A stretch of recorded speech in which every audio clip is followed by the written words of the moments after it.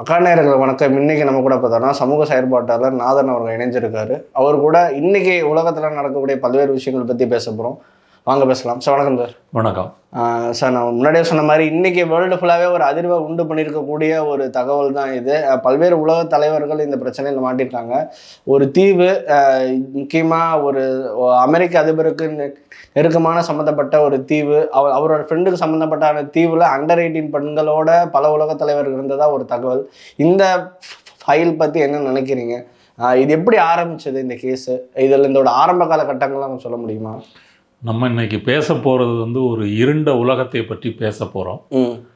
அந்த இருண்ட உலகத்தில் நீங்கள் சொல்வது போல் உலக தலைவர்கள் மட்டுமல்ல, உலக முதலாளிகள், பல்கலைக்கழக நிர்வாகிகள், அதிகார வர்க்கம், நீதித்துறை சேர்ந்தவர்கள், நடிகர்கள், திரைத்துறையினர், பாடகர்கள், இப்படின்னு வந்து பத்திரிகை முதலாளிகள், அரச குடும்பத்தை சேர்ந்தவர்கள், இப்படி உலகத்தில் இருக்கக்கூடிய அதிப்பணக்காரர்கள். நமக்கு தெரிஞ்ச பணக்காரர்கள்னா லட்சாதிபதி, கோடீஸ்வரர், இப்படி மட்டும்தான் தெரியும். பில்லியனர்ஸ் அப்படின்னா பெருங்கோடீஸ்வரர்கள், மிகப்பெரிய கோடீஸ்வரர், மிகப்பெரும் கோடீஸ்வரர். அந்த மிகப்பெரும் கோடீஸ்வரர்களுடைய வாழ்க்கை என்பதில் பணமும் அதிகாரமும் வந்து குவிந்திருக்கும், மலை போல குவிந்திருக்கும். இந்த பணத்தையும் அதிகாரத்தையும் வைத்துக்கொண்டு அவர்கள் என்ன வேண்டுமானாலும் செய்யலாம், எதையும் விலைக்கு வாங்கலாம், எதை வேண்டுமானாலும் அவர்கள் பொழுதுபோக்காக செய்ய முடியும். இதுதான் அந்த உலகம். அப்ப அந்த இருண்ட உலகத்துல இவர்கள் எல்லாரையும் வந்து சேர்ந்து அங்கே வந்து சிறுமிகள் மீது பாலியல் வன்முறை செய்து அதை ஒரு பொழுதுபோக்காக அவர்கள் அனுபவிக்கிறார்கள். இதுதான் இந்த எப்சின் ஃபைல்ஸினுடைய ஒன்லைன் சொல்ல போனா, இந்த அதிஉயர் பணக்காரர்கள் தங்கள் பொழுதுபோக்கிற்காக சிறுமிகளை பாலியல் வன்புணர்வு செய்தது அப்படின்றதான் இந்த ஃபைல்ஸினுடைய ஒரு வரி சுருக்கம். இது ஏன் அமெரிக்காவில் இப்போது வெளிவந்தது அப்படின்னு ஒரு கேள்வி இருக்கு.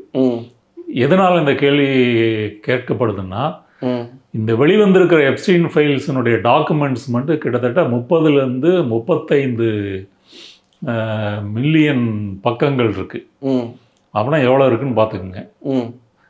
சாரி, இது வெளிவந்திருக்கக்கூடிய இந்த ஆவணங்கள் என்பது வந்து 30லேருந்து 35 லட்சம் பக்கங்கள் இருக்குது. அதில் வந்து இமெயில் அனுப்புனது இருக்குது, சாட் இருக்குது, அது இல்லாமல் வந்து பயண குறிப்புகள் இருக்குது, யாரெல்லாம் வீட்டில் தங்கியிருந்தாங்க, தீவுக்கு வந்தாங்க, இப்படி பலவிதமான தகவல் தொடர்புகள் இருக்குது. 1,80,000 புகைப்படங்கள் இருக்குது, ஃபோட்டோஸ் இருக்குது, ஒரு 2,000 வீடியோஸ் இருக்குது. இது எல்லாம் சேர்ந்து தான் எப்ஸ்டீன் ஃபைல்ஸ்ன்னு சொல்றாங்க. இதுவும் போக இன்னும் சில மறைக்கப்பட்ட டாக்குமெண்ட்ஸ் இருக்கு. அதையும் வெளியிடணும்னு சொல்லி மக்கள் கோருகிறார்கள். ஆனா அதை வந்து வெளியிட மாட்டோம் அப்படின்னு வந்து சொல்லியிருக்காங்க. அது என்ன காரணம் சொல்றாங்க அப்படின்னு சொன்னா, அதுல வந்து எவிடன்ஸ்ன்னு சொல்லக்கூடிய சாட்சியங்களுடைய அடையாளங்கள் இருக்கு. வருங்காலத்துல வந்து ஏதாவது இன்வெஸ்டிகேஷன்ஸ் தேவைப்பட்டால் அதை வெளியிட முடியாது, இப்படியெல்லாம் வந்து சொல்றாங்க. ஆனால் மக்களோ பத்திரிகைக்காரங்களோ என்ன சொல்கிறாங்கன்னா, அதை வெளியிட்டால் இன்னும் பூகம்பம் கிளம்பும், அதில் இன்னும் ரகசியங்கள் வெளிப்படும் அப்படின்னு வந்து சொல்கிறாங்க.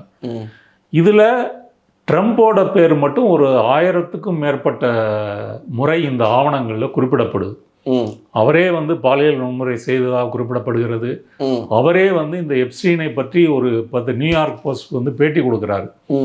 எப்ஸ்டீன் வந்து ஜாலியான பேர் வழி, அவர் கூட இருக்கிறது ஃபன்னாக இருக்கும், அவருக்கு இளம் பெண்களை பிடிக்கும், என்னை மாதிரியே அவருக்கும் இளம் பெண்களை பிடிக்கும், இப்படி சொல்லியிருக்கிறாரு.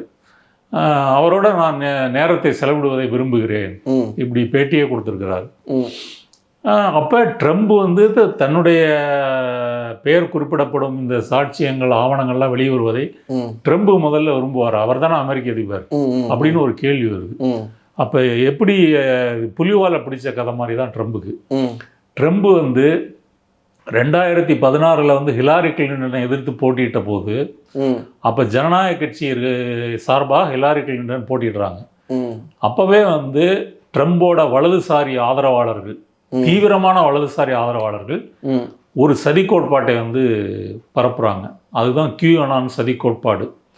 அதில் வந்து பார்த்தீங்கன்னா, ஒரு தீவிர கத்தோலிக்க மத வழிபாட்டாளர் என்னென்ன கருத்துக்கள் கொள்கைகளும் வச்சுருப்பாங்களோ அதெல்லாம் தான் அவங்களுடைய தீவிர வலதுசாரி.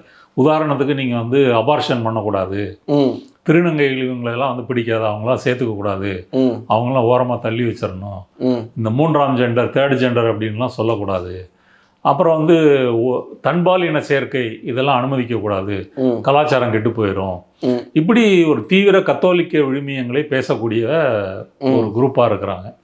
அதில் என்ன மாதிரி கோட்பாடை பரப்புகிறாங்க அப்படின்னு சொன்னால், இந்த எப்ஸ்டீன்றவர் வந்து வந்து குழந்தைகளை வந்து இந்த மாதிரி ஜனநாயக கட்சிக்கு வந்து விருந்தாக்கி அவர்களை வந்து பெடோஃபைல் இது ஆக்கியிருக்காரு, அவங்க ஜனநாயக கட்சியினர் வந்து குழந்தைகளை பாலியல் வன்முறை செய்யக்கூடியவங்க, இந்த மாதிரி பல தியரிகள்லாம் வந்து பேசி இது பரவுது.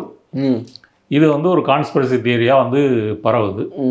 இது 2வது முறை வந்து ட்ரம்ப் அதிபர் பதவிக்கு போட்டியிட்ட போது என்ன ஒரு வாக்குறுதி கொடுக்குறாருன்னா, நான் வந்தேன்னா எப்ஸ்டீன் ஃபைல்ஸை வெளியிடுவேன், அந்த உண்மைகளை இந்த உலகத்துக்கு வெளியே சொல்லுவேன் அப்படின்னு வந்து சவால் விடுறாரு.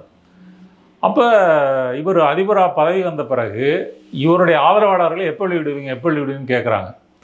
அப்போ ஒரு கட்டத்தில் வெளியிட்டாக வேண்டிய ஒரு நிர்பந்தம் வந்து இருக்குது. அப்போ ட்ரம்போட பிரச்சனை என்னென்னா, வெளியிட்டால் தன்னுடைய பேர் வந்து டேமேஜ் ஆகும், மற்ற தலைவர்கள் மற்ற பணக்காரர்களுடைய பேரும் டேமேஜ் ஆகும். ஆனால் வந்து நமக்கு எவிடன்ஸ்னு ஒன்று இல்லை, நம்மளை யாரும் தண்டிக்க முடியாது அப்படின்ற ஒரு நம்பிக்கை வந்த பிறகு அப்போ ஒரு வெளியிடுவதற்கு வந்து தயாராக இல்லை. அழுத்தம், மக்களிடமிருந்து அழுத்தம், ஊடகங்களிடமிருந்து அழுத்தம். ஊடகங்களில் வந்து சில டிவி சேனல்ஸ்லாம் வந்து பிரைம் டைம் வந்து 9 மணிக்கு வந்து நியூஸையே வந்து கொஞ்சம் காமெடி கலந்து சொல்லுவாங்க. அந்த பத்திரிகையாளர்கள்லாம் கிட்டத்தட்ட 10 வருடங்களுக்கு மேலாக எப்ஸ்டீன் ஃபைல்ஸ் என்னாச்சு, எப்ஸ்டீன் ஏன் நடவடிக்கை எடுக்கப்படலை, குற்றவாளிகள் மீது ஏன் நடவடிக்கை எடுக்கப்படலை, டெய்லி வந்து பிரைம் டைம் ஷோவில் கேட்டுக்கிட்டே இருப்பாங்க. அப்புறம் மியாமி ஹெரால்டுன்னு ஒரு பத்திரிகையாளர், அதை சேர்ந்த பத்திரிகையாளர், அந்த பத்திரிகையிலேருந்து தொடர் கட்டுரைகளை வந்து வெளியிடுறாங்க. இப்படி ஊடகம் வந்து அமெரிக்காவில் வந்து மற்ற அமைப்புகள்லாம் கெட்டு போயிருந்தாலும் மீடியா என்பது வந்து இந்த மாதிரி ஒரு பவர்ஃபுல்லான வாட்ச் டாக் மாதிரி வந்து செயல்படுது. இந்த அழுத்தங்கள் காரணமாக நவம்பர் மாதம் 2025ஆம் ஆண்டு எப்ஸ்டீன் ஃபைல்ஸ் டிரான்ஸ்பரன்சி ஆக்ட் அப்படின்னு ஒரு ஆக்ட் வந்து கொண்டு வராங்க. எப்ஸ்டீன் கோப்புகள் வெளிப்படைத்தன்மை சட்டம். இந்த சட்டத்தை வந்து அமெரிக்க பாராளுமன்றத்தின் 2 அவைகளிலும் நிறைவேற்றி இந்த டாக்குமெண்ட்ஸ் எல்லாம் வெளியிடலாம் அப்படின்னு முடிவு பண்ணுறாங்க. முடிவு பண்ணிவிட்டு அப்புறம் வந்து டிசம்பர் மாதம் வந்து இறுதியில் இந்த கோப்புகள் ஜனவரி மாதம் 31ஆம் தேதி இந்த கோப்புகள் வந்து வெளியிடப்படுகிறது. இதில் நமக்கு என்ன தெரிஞ்சுக்க வேண்டியது அப்படின்னா, அமெரிக்காவில் வந்து இந்த குழந்தைகள் மீதான பாலியல் வன்முறைக்கு வந்து கடுமையான சட்டங்கள் வச்சுருக்காங்க. அங்கே அந்த சட்டத்தின்படி ஒருத்தர் பிடிபட்டாருன்னா அவருக்கு வந்து மிக பெரும் தண்டனை கிடைக்கும்.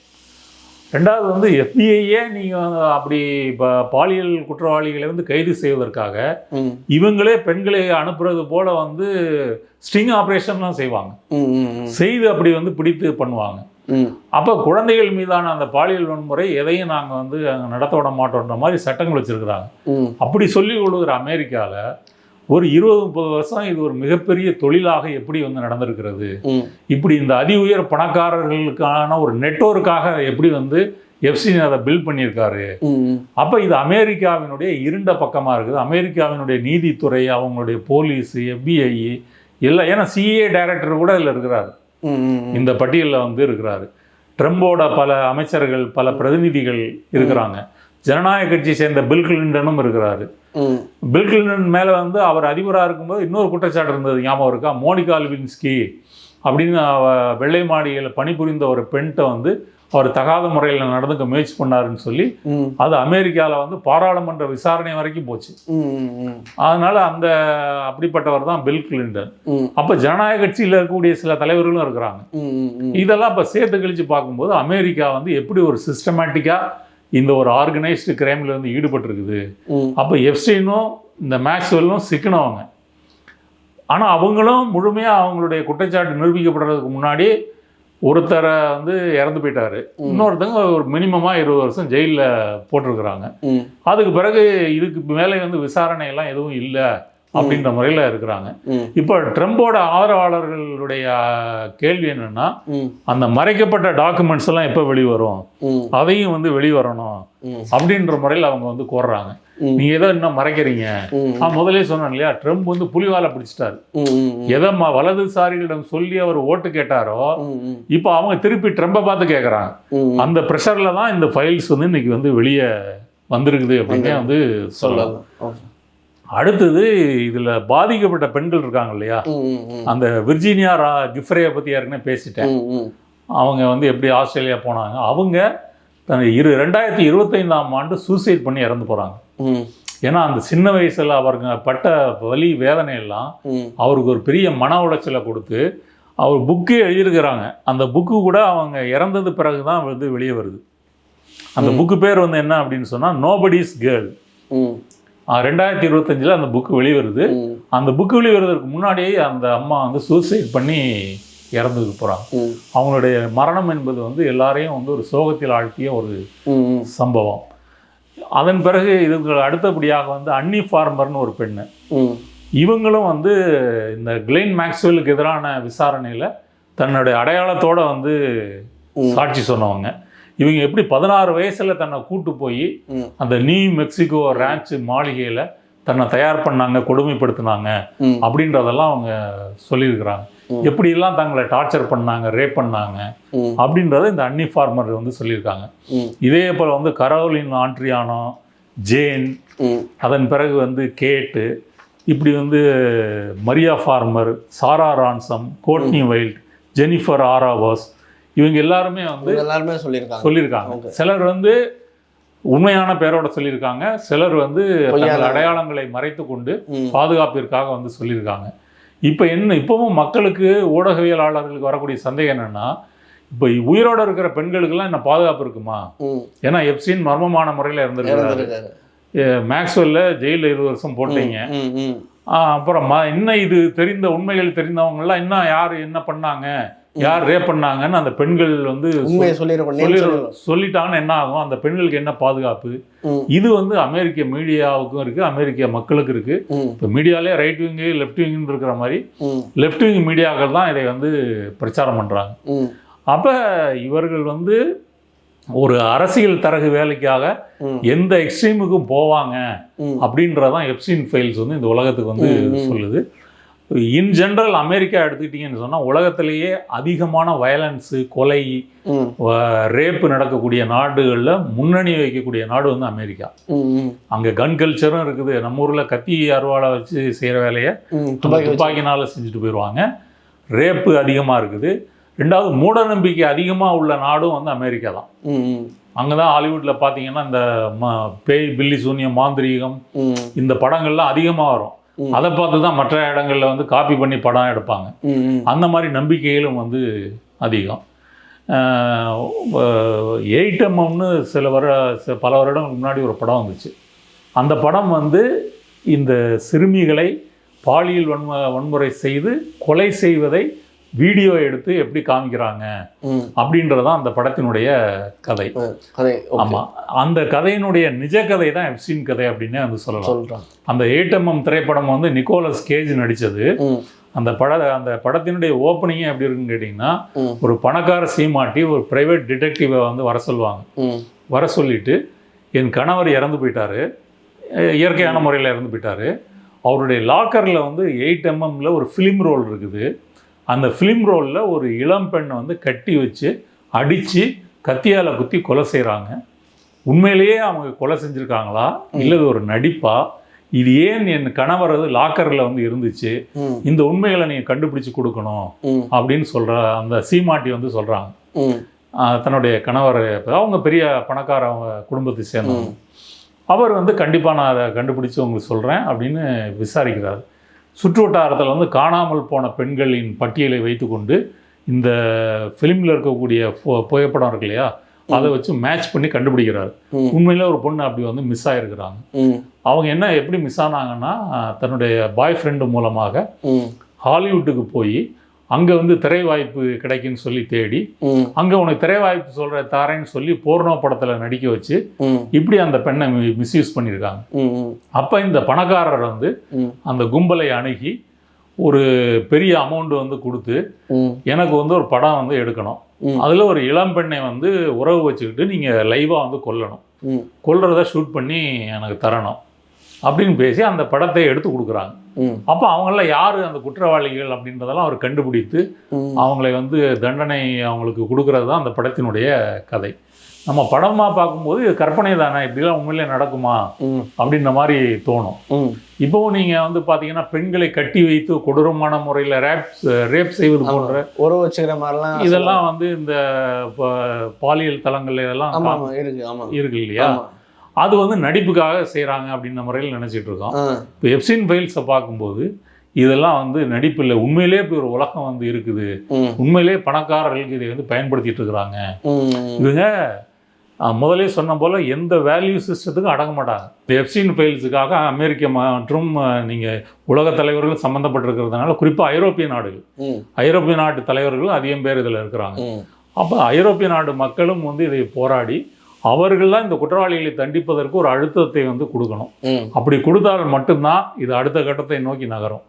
மற்றபடி நீங்கள் போலீஸையோ நீதித்துறையோ நம்பினீங்கன்னா இது அடுத்த கட்டத்தை நோக்கி நகராது. ஓகே சார், ரொம்ப ரொம்ப நன்றி சார். பல்வேறு தகவல்கள் பார்க்குறோம், எல்லாருக்குமே புரிஞ்சிருக்கும். நிறைய பேருக்கு புரியாது இது என்ன எப்ஸ்டீன் ஃபைல்ஸ் என்னன்ற மாதிரிலாம் தெரியாது. பட் ஆனால் ஒரு டீட்டெயிலான எக்ஸ்ப்ளனேஷன். ரொம்ப நன்றி சார். இதே மாதிரி இன்னொன்று காண சொல்லி நன்றி.